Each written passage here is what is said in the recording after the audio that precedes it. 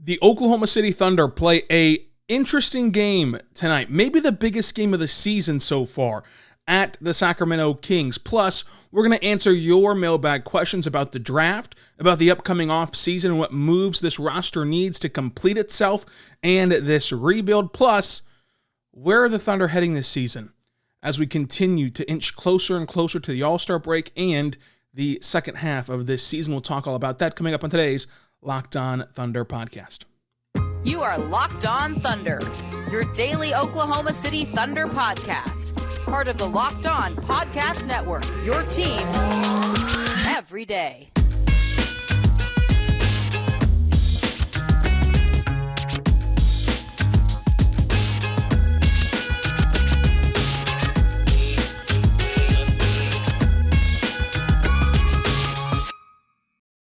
Let's get it going on the Locked On Thunder podcast, on the Locked On Podcast Network, your team every day. I am your host, media member, and editor-in-chief over at thunderousintentions.com, Rylan Stiles. You can follow me on Twitter at Rylan_Stiles. Follow the show on Twitter at LOThunderPod. Email the show, lothunderpod@gmail.com. On today's show, brought to you by LinkedIn, we're going to answer your mailbag questions and preview tonight's game against the Sacramento Kings. Going to be a lot of fun to watch that game. It's going to be a very important one. Today's show is brought to you by LinkedIn. LinkedIn Jobs helps you find the qualified candidates you want to talk to faster. Post your job for free at linkedin.com/LockedOnNBA. So on today's show, we're just going to rifle through your Twitter questions and start with at MK325491. How many wins will the Thunder end the year with from being at 22 wins right now? How many more will they get? I can understand that some fans, and I got questions on this on YouTube as well about, can they win 40 games? I understand that, the 40 win mark out there. And to me, I would still just play it a little bit more conservative because we've seen this team be streaky and there could easily be another down streak as well as these up streaks that we're in right now for OKC. I would say like 35 wins, 36 wins would be kind of where I'd be at. I think that 40 could happen. Like they're a team that could catch fire, and they're a team that plays so well, especially since the turn of the calendar year. Like the way they're playing in 2023, they could get the 40 wins. But just kind of leaving a little bit of room for them to come a little bit back down to where they had been at before 2023 started, and then still staying at this pace of 2023. I think that they'd kind of settle in probably around 35, 36 wins, but they could get the 40. At 2 pointers. If the Thunder are in the 6 to 8 range, do they bring Chet back if he's fully healthy? So with the Chet Holmgren thing, obviously, to recap it, he hurt himself in the game in August in a Pro-Am game in Seattle, out for the season with a Liz Frank fracture in his foot, and the Thunder announced he'd be out for the season. Since then, we've seen, him get his boot off. We've seen him do shooting, some shooting drills. He was shooting whenever he had a scooter. He was still shooting baskets whenever he had a scooter on. Now he's taking his boot off. Now he's doing some more, kind of 1-on-0 stuff that he's putting on TikTok and Instagram, and it's looking really cool and getting people really excited. And the other day at practice, he participated in a shooting competition with the rest of the team. But to me, this is going to be like the Zion thing last year, where, like, if you remember last year, if you were paying attention to the other teams in basketball. So the Pelicans make the playoffs, and they're the 8th seed. And Zion posts on Instagram this incredible dunk where it looks like he's, like, denting the floor with how much force he's jumping off the floor with. Like, it was an awesome dunk. And people were saying, oh, gosh, they got to let him play. They got to let him play. And he wanted to play in the playoffs. He's a competitor. He's a guy that wants to win. He's a guy that wants to help his team. He wanted to play. And the Pelicans just did not have him play in the playoffs. I think that it'll be like that. So in the sense of, we're getting excited about these Instagram videos and TikToks that he's posting, and that's all fine and well. But from the Thunder standpoint, they've always said he's on track. And on track just means he'll be back next year. It doesn't mean like he's accelerated. It doesn't mean that he's behind. It doesn't mean anything but on track for next season. And it's going really well. The rehab is going awesome, and it's better than the alternative. But I think that it's still going to be next season for him. So I think that no matter where the seeding is at for OKC, Chet Holmgren will not play until next season, and that's kind of all the information that we have at this point, so there's no reason to kind of go against that line of thinking. But I think that it'll be a lot like the Zion thing, where Pelicans fans were excited about the videos and were banging the drum for him to play. The Pelicans protected their star, their investment, their big asset, and then he comes into this season ready to go, for Zion, and then for Chet it'll be next season. At time for us, Figs, how long will Ousmane Dieng spend in the Blue League? Spend in the G League with the Blue. So for Ousmane Dieng, he got sent down to the Blue yesterday. This is part of his rehab process. He was doing more on-court work with the Thunder over the last couple of games, getting more range of motion back and trying to work back into the whole game shape of the NBA.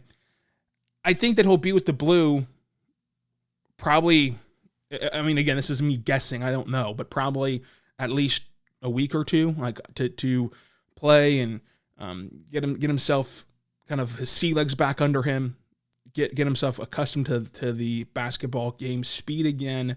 And then you just kind of have to look at the Blue schedule and see how often that they play in the next couple of weeks. But I hope he can play Wednesday whenever the Blue are back in town against the Gold on Wednesday morning before the Thunder and Hawks play. That'd be awesome just for me personally to go get to watch him play, but hopefully he can play then. But I think that the G League stuff, I think this time it's more about just him getting healthy than like sending him down to get better in the Blue. This is a more get better in terms of health than skill level. I think that they do want to see him in the NBA, and Marcus talked about wanting to get some miles on the car in the NBA, and so we'll see that after he heals from this injury.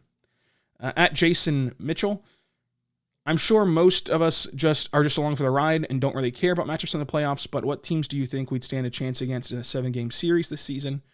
That's a good question, and you're right. I want to be very transparent, very clear.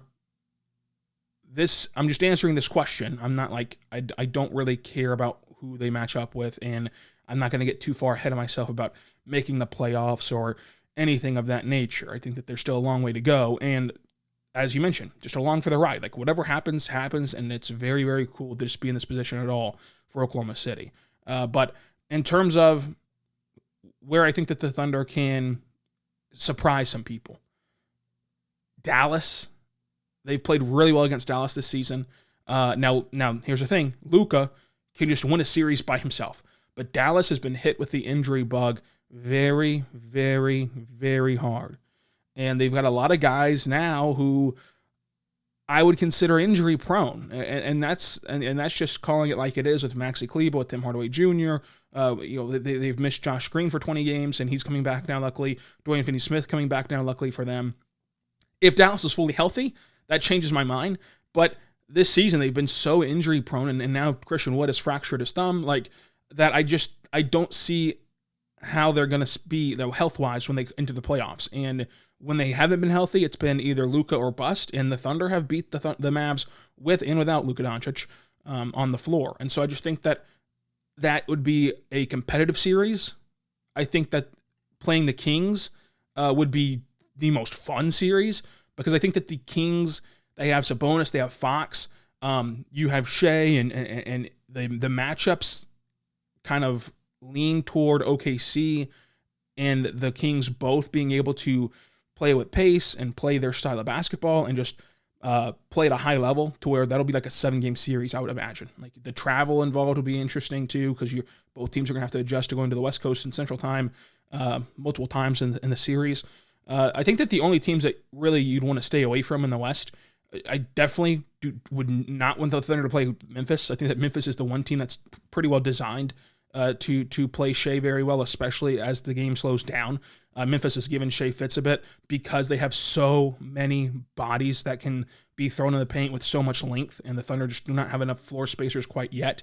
That'll change as the roster gets flushed out, but as of this current moment, Memphis has the answers right now to Shea, so I would not want to play Memphis. Denver is an incredible team. Like, they're 32 and 13, and they have depth as well. I think that Denver's going to be really, really good in the postseason this year. But other than that, I wouldn't want to play New Orleans if they're fully healthy, because then you've got just too many guys to try to stop. Zion, Brandon Ingram. Like, you have so many guys that you're going to try to get out there on CJ McCollum. So with me, I would love to see the Thunder play the Kings or the Mavericks, and then past that, if the Jazz make it in there, that'd be funny to play the Jazz. Clippers, Timberwolves, don't want to play the Warriors at all. The Warriors, of course, are struggling right now, but healthy in the postseason. No one wants to play the Warriors. So I would really hope that the Thunder can play the Kings or the Mavericks, or of course, depending on how the Jazz fare, and if that's even going to be possible, we'll see how they slip and slide. But yeah, the Mavericks and the Kings would kind of be two that I circle on the calendar for. That'd be the most fun matchup in terms of the Thunder. I don't think would get blown out in that matchup. Like, there's a chance that the Thunder go against Denver and look like that Memphis team did against the Jazz, right? Remember whenever Memphis won the play-in, and then they went to play the Jazz in the first round. They played some quality basketball, but they lost in 5. Like, I think that's what happens if you play Denver. I think that's what happens if you play Memphis. But if you play Sacramento, if you play Dallas, like, you can take them to 6, 7, and then once you get a series to 6 or 7 games, it's a coin flip at that point, and you can actually win it, and you can actually have a ton of success. So that's who I would be looking at. But yes, you're correct. Just along for the ride and not really watching the standings in terms of matchups yet. But we mentioned today's show is brought to you by LinkedIn. LinkedIn Jobs is incredible. I want to tell you all about them right now. As a small business owner or hiring manager, you know that success in 2023 all depends on the team members you surround yourself with. That's why you have to check out LinkedIn Jobs. With LinkedIn Jobs, you can hire qualified candidates with more efficiency by matching open roles with people who have the skills, values, and experiences to help you achieve your goals.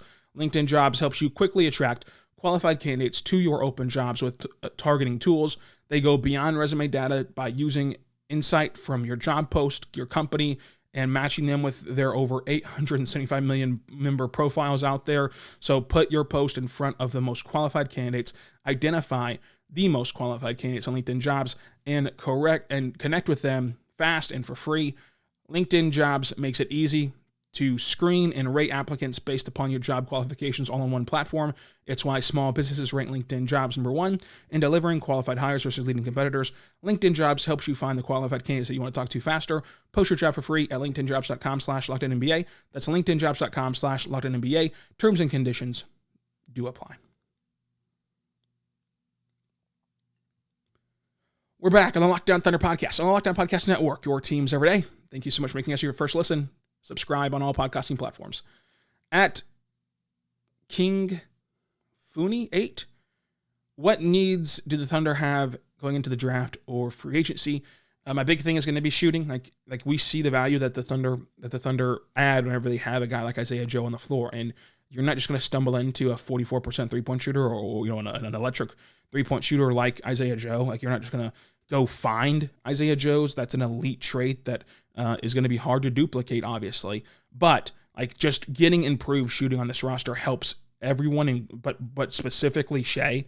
Like, if you are now spacing the floor for Shai, and you have shooters that you have to go respect and you have to go defend, and you can't sag off of or creep down on Shai while he's driving, then I'm not sure how you defend Shai. And it's already incredibly hard to defend him now. Like, he's already a 30-point per game scorer right now. But if you then cannot clog the paint and you have to actually respect the 3-point prowess of this team, especially whenever Shai is so elite at the drive and kick and playmaking out of the drive, you just throw your hands up and he's going to average 31, 32, 33, 34 points per game. Like, he's just going to torch you. Or his assists are going to go from 5 to 6, 7, 8. And so, like, it's just going to help Shai so much.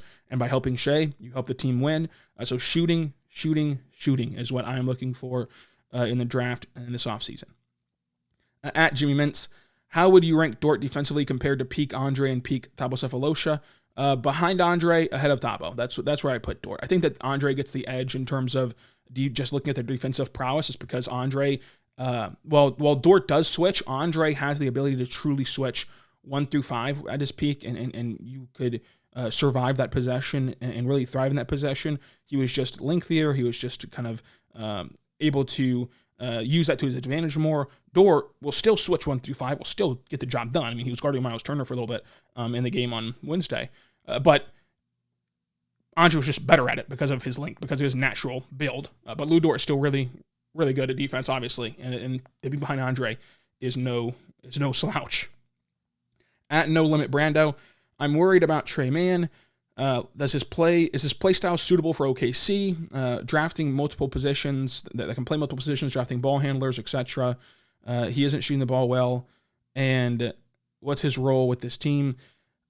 I just feel like he doesn't fit. With Tre Mann, look, not all these guys are going to pan out. Like, not all these guys are going to end up being a part of the future of this team. I will say, if you put yourself back in where this team, where you were as a fan last year to end the season, it was very exciting.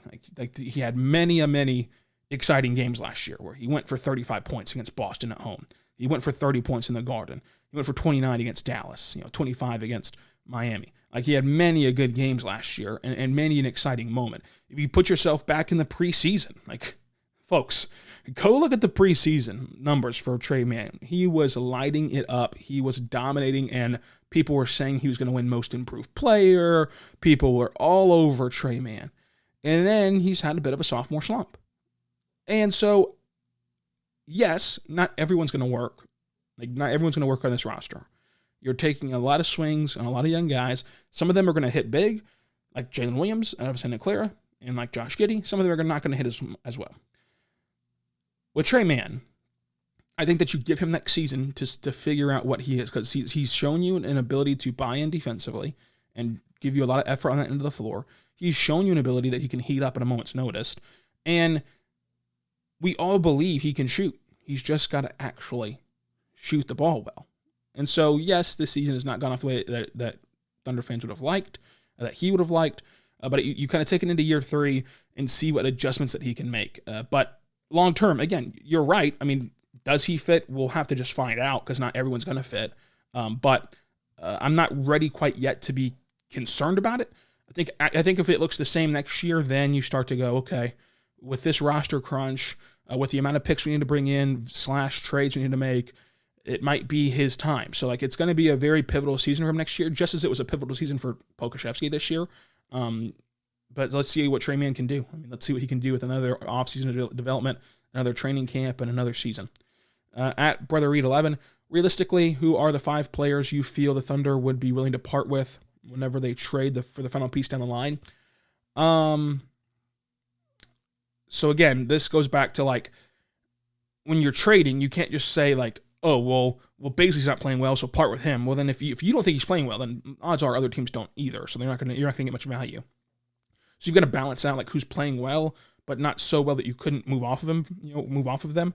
I think that the only true untouchables would be Shea, Chet, Giddey, J-Dub, and then Ousmane Dieng can see himself sliding in that realm because he kind of fits the exact mold if he pans out. Those are like the untouchables as of right now. And then the rest, you could talk yourself into being sweeteners, along with those multiple draft picks to make a trade. But I'm not so sure that the Thunder are going to make an all-in trade in the sense of, like, a Donovan Mitchell type of trade. I think that they might make a trade like a Steven Adams type of trade. Like look at the way that Steven Adams tied together that Memphis roster and allowed them to have a ton of success last year and continues to do that this year. But I mean, they made that Adams trade. It was kind of like, that's the guy you're going to go for. Then he works so well with Ja. He gets you to the second round of the playoffs. You ran into a buzzsaw on the Warriors. It's just going to happen sometimes. And then this year, the Grizzlies are right back as a top 2 seed in the West. And so, like, that wasn't a high dollar superstar move, but it was the correct move for your roster and for your team. And so I think that that's more so what you're going to look for. Not a center, not a Steven Adams, not like that. But, like, Steven Adams is not a superstar, but he's what the doctor ordered for that team. I could see the Thunder doing that instead of, like, a all-in, like, go get a superstar. We'll just have to wait and see what they need. We don't even know what the team needs yet. Like, it feels so accelerated. It feels so kind of quick. But we have not seen Chet play with these guys yet, and we don't know what Chet Holmgren will need next to him. We don't know how this team will flow with Chet Holmgren. We don't know how these players will develop. I mean, Jalen Williams, if he continues to play at this pace, will be in Oklahoma City for 9 years. Josh Giddey will be in Oklahoma City for 7 more years after this season. SGA has 4 more years after this one on this deal, and you hope to re-sign him. Like, this is going to be a long process that you're going to have to figure out. Chet Holmgren has 8 more years after this year in OKC. So, like, they're not going to make an all-in move, realistically right now. And they might not ever make it, because what if all these guys just pan out? Like your 1, 2, 3, 4, 5 is just SGA, Chet, Giddey, J-Dub, and like it's all on your team, and you just need to find those complementary pieces. Now, you have the assets to go get the best of the best complementary pieces out there. So that's awesome as well. At Draft Fanatics, how about Dieng's development? He's looked a lot better over the course of his last few G League games, and that he had his best NBA game, his last NBA game that he played in Atlanta before he got hurt with the wrist injury. So I think that Ousmane Dieng is really coming into his own, but then he had the wrist injury. It's his second wrist injury, but they're not related together from the one that he had in Summer League. So we'll see what he does whenever he comes back from that wrist injury. Coming up, we're going to talk about the Thunder and how it looks moving forward for the postseason push and this game against the Kings. But first, I want to say right now, better good friends over at Built Bar. Built Bar is a fantastic protein bar that tastes just like a candy bar. Go to BuiltBar.com, use the promo code LOCKED15, get 15% off of your next order. Folks, it's incredible. You want to try them out. They're a protein bar, but they're covered in 100% real chocolate on the outside, and they are great for you pre-workout, post-workout, as a meal replacement, as a snack. Make sure you check them out today. You can even find them at your Walmart or Sam's Club pharmacy section. So it's awesome. They're 130 calories, but there's so many delicious flavors like cherry barcia, like brownie batter puff, like coconut marshmallow, churro, cookies and cream. You can do double chocolate. You can do mint brownie. You can do raspberry, coconut, salted caramel, cookie dough. They have everything that you want over there at Built Bar. Go to Built.com, promo code LOCK15, 15% off of your next order.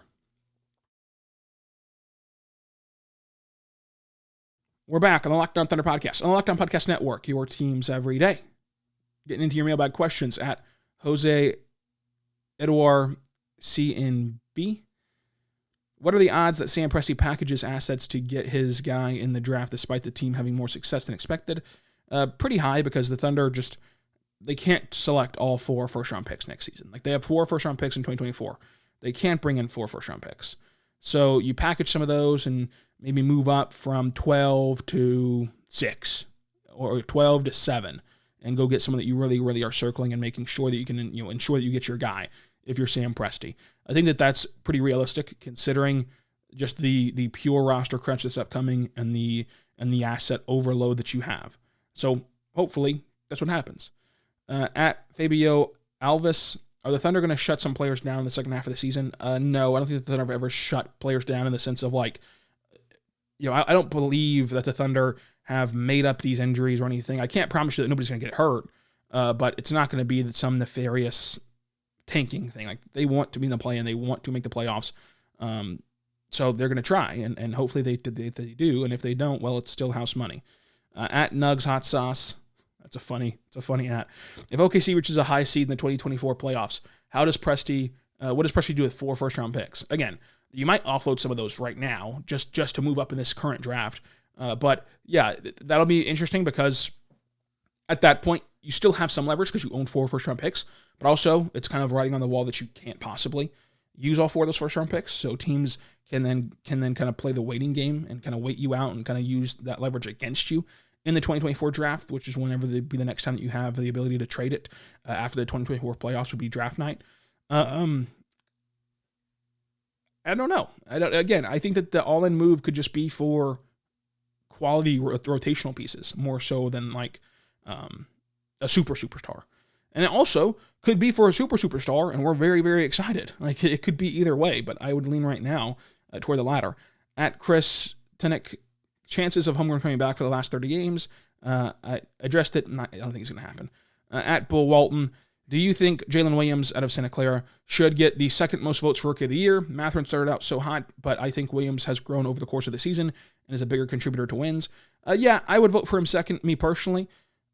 I also could see very valid reasons to vote for Mathurin, but me personally, I would go Paolo and then J-Dub on my ballot.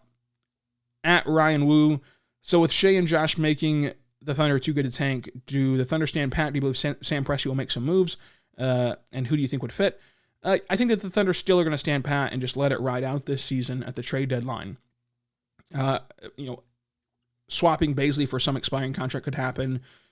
If you wanted to go take a flyer on Mo Bamba, whatever. I think that fit. I think that work for this season specifically. Maybe not long term, but for this season specifically, could go work for Mo Bamba. But I don't think that will happen, and I don't think that they're going to get Mo Bamba. I don't think that they're going to make any trades besides maybe swapping Bazley for an expiring contract. But even then, you might just let Bazley's contract ride out and just not re-sign him in the offseason, but keep him around because he's still bought into the team. He's still a good locker room guy. He's still a good vibes guy. He's still a good bench mob guy, cheering on his teammates. And you saw he can just randomly have great games like he did over the weekend, last weekend. So who knows what's going to happen. I don't think that you should expect anything important, though, at the deadline necessarily for OKC. Sam Presti has surprised me before. He could surprise me again. But I think that they're just going to stand pat and truly just let this season ride out and see how it goes for the last half of the season. Hopefully, it goes in their favor. And tonight is one of the more exciting nights of Thunder basketball in a long time. And obviously, would loved it to be in the Paycom Center and getting to go down there to it. But it's in the, what's it called? The Golden One Center? Is that what it's called in Sacramento? It's in Sacramento. And this is going to be fun basketball. It's going to be really fun basketball. It's going to be at 9 o'clock, so get some coffee ready and make sure that you're ready to go at 9 o'clock. But the Kings are a fun basketball team. If you've not gotten to watch them this year, they play a fun style of basketball. It's going to be a track meet, I think, for both squads. The Kings average 120 points per game. The Thunder average 117 points per game. And if the Thunder can win, then for the time being, they will likely push themselves into the 6th seed, or at least 7th or 8th seed of the play-in and of the playoffs. So if they continue this hot streak and they continue to get impressive wins on the road, that'll be awesome. I think it's going to be fun just to watch it pure matchup-wise, win or lose. I think that the talent of Keegan Murray, Jalen Williams, De'Aaron Fox, SGA, Sabonis in this game, like all these different matchups, and Josh Giddey playing so well, like all these different talents sharing the floor together that are so young and so energetic and so playing with pace and everything will be so awesome to watch. I cannot wait for it. We're going to have the recap podcast for you after the game is over right here on Locked On Thunder. So until then, make sure that you subscribe on every podcasting platform and on YouTube. And until then, be good and be good to one another.